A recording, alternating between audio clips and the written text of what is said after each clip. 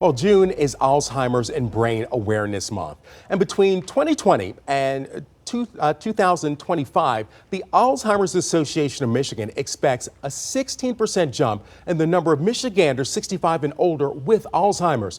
It's a life-changing diagnosis for them and the people who love and care for them. But there are some steps we can take to reduce our chances of developing Alzheimer's, and new treatments on the horizon.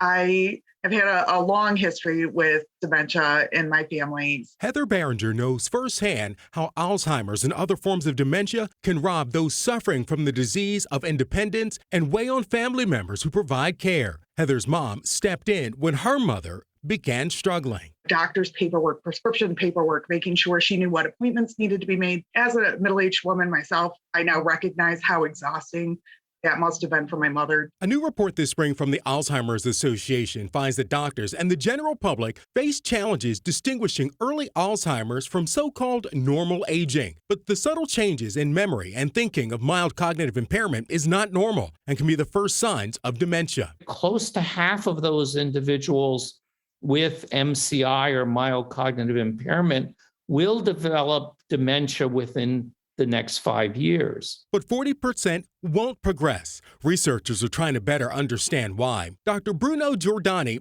of the University of Michigan says in either case, early intervention, early identification, and treatment are key. In our center, we have a number of clinical trials looking at non-pharmacological interventions and things, ways to improve your memory, ways to improve thinking. Like continued learning, reading, and brain games, diet and exercise as well, since cardiovascular health is essential to brain health. Exercise is really important now. They say, break a sweat, hit the books. The earlier you get started, the greater the protective benefits. And we also have the first ever drug to treat the underlying biology of Alzheimer's, aducanumab. This is the first medication, and there have been many tried that appears to affect early. And there are at least a couple more down the pike. Great news in the fight against Alzheimer's. And for folks like Heather, who watched her grandmother and ultimately her mother battle dementia, giving her a unique perspective. I think it's going to make it easier for me, honestly, to talk to my doctor and have that conversation about where my health is for my brain.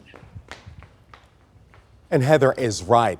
The Alzheimer's Association report highlights that 60% of respondents say they would not see their doctor if they notice those signs of mild cognitive impairment. They express fear about getting the wrong diagnosis, learning they have a serious problem, or worried about unnecessary treatment, or believing that it'll just go away on its own. No matter what the reason, they're losing valuable time. When you notice those signs of that initial impairment, that's when it's time to talk to your doctor. You can't cure Alzheimer's, but you can slow its progression down.